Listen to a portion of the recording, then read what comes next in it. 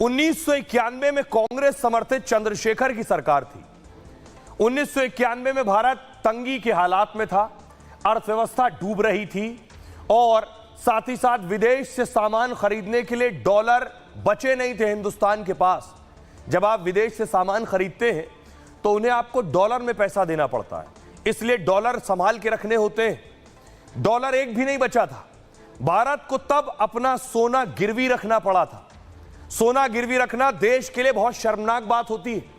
चंद्रशेखर सरकार में यशवंत सिन्हा वित्त मंत्री थे, मनमोहन सिंह साहब चंद्रशेखर के आर्थिक सलाहकार थे। 1991 में तब भारत की इकोनॉमी डूब रही थी।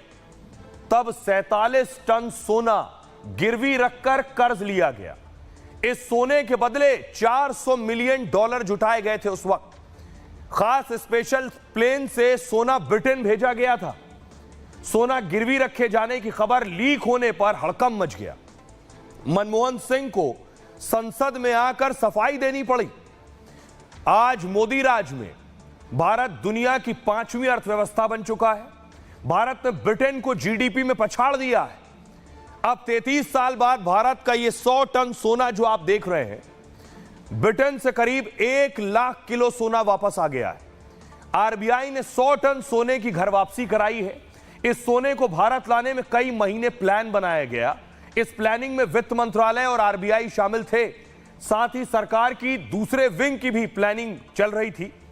100 टन सोने को स्पेशल एयरक्राफ्ट से भारत लाया गया और आरबीआई बीते कुछ साल से सोना खरीद रहा है। सोने को कहां स्टोर करना है यह भी आरबीआई तय करता है, कहां रखना है। ब्रिटेन के केंद्रीय बैंक में कई देशों का सोना रखा गया है और विदेशों में भारत का सोना का स्टॉक बढ़ रहा था, इसलिए कुछ सोना भारत लाने का भी फैसला किया गया। सोने की वापसी का फैसला अर्थव्यवस्था की मजबूती दिखाता है।